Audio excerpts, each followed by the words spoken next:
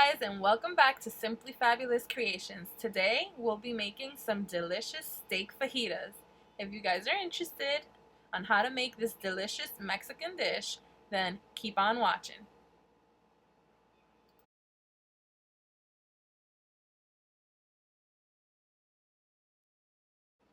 To start with, we need half a cup of olive oil, 3 tablespoons Worcestershire sauce,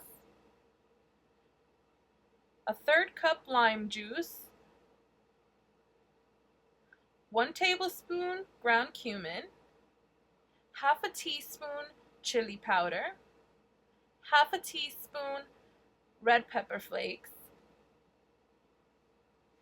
1 teaspoon salt, half a teaspoon ground black pepper, and 1 tablespoon sugar.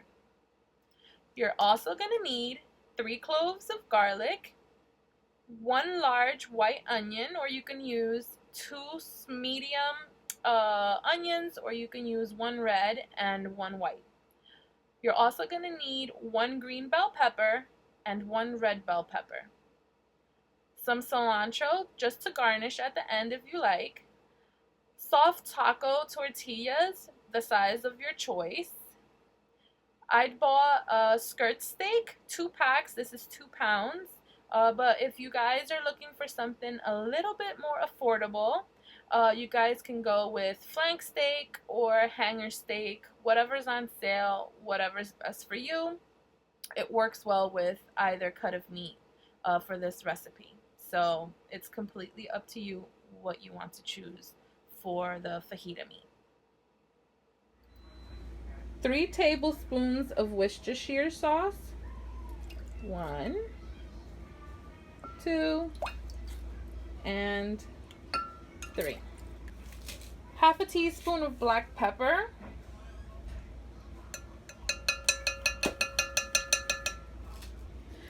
1 tablespoon of cumin, 1 tablespoon of granulated sugar, half a teaspoon of chili powder, half a teaspoon of red pepper flake, and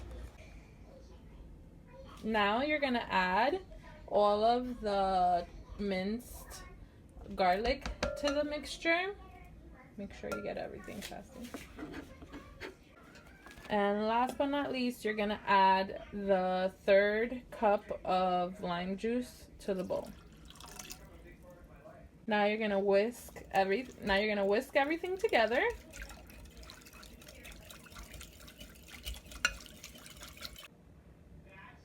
Cut the steak into small strips. You're going to take the marinade that you made and you're going to pour it into the Ziploc bag.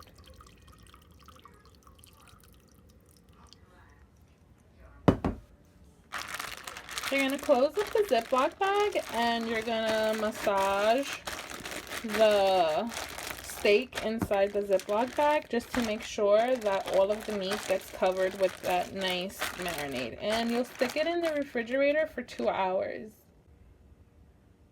And you're going to thinly slice your onion and your peppers. Toss them together in a bowl and add them to your Ziploc bag alongside with the marinade that's left over. Now you're going to take your vegetables and your steak. Make sure that the Ziploc bags are nice and sealed so you don't get any spills in your fridge. And you're going to stick them in the refrigerator for a minimum of 2 hours. Or if you really wanted to get that extra flavor, you guys can prepare this the night before or early in the morning. So that way you guys can prepare it like the next day.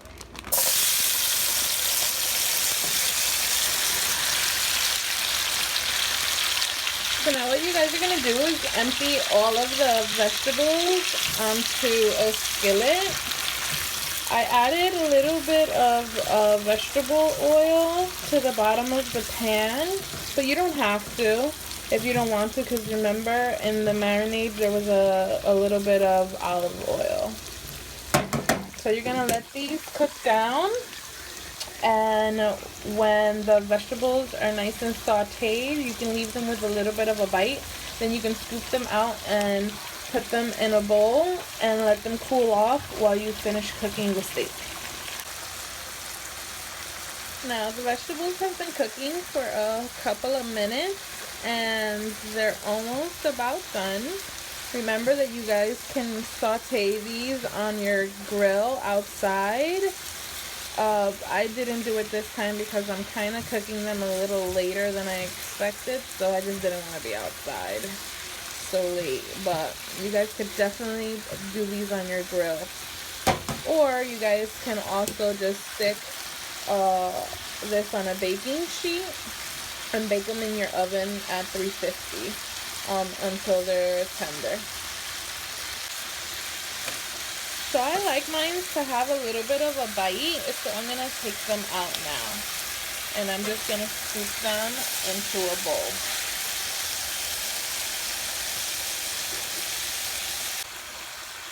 Next, you guys are going to empty out the meat onto a pan. Make sure it's nice and hot. And you're going to let these cook for a few minutes. And we'll keep an eye on it, and then we'll come back when it's on. So now the steak has been cooking for like about a good 7-8 minutes on medium high. And they're pretty much done. I'm gonna let them caramelize just a little bit more, and then we'll add the vegetables to the mix and saute them together for another minute or so. So now I've added the vegetables to the meat, and I'm just tossing everything together. This smells amazing, guys. And I just tasted a piece of the steak, and it's so tender and juicy and super flavorful. Oh, these fajitas are gonna come out amazing. So that's pretty much it. I think these are good to go. I'm gonna turn it off, and I'm just gonna warm up a couple of tortillas and serve them. So what I like to do is just grab the tortillas and just put them right on top of the stove burner just for a few seconds, and then just flip them over until they look the way I want them to. You could do it on a pan, but I like to do it like this. I like to char them a little bit just over the burner like that, and then put them on a plate. Continue to do that with all of your tortillas, and then you can serve up your fajitas. Alright guys, now that the tortillas are done cooking, let's get ready to assemble these fabulous fajitas. I like to start off by squirting some sour cream on top of the tortillas, and then I like to place the fajita mixture right on top. I also like to add some guacamole, but I didn't have any on hand. Boo! But that's okay. You guys can also crumble some cheese on top, but it really doesn't need it. These fajitas are delicious just as is.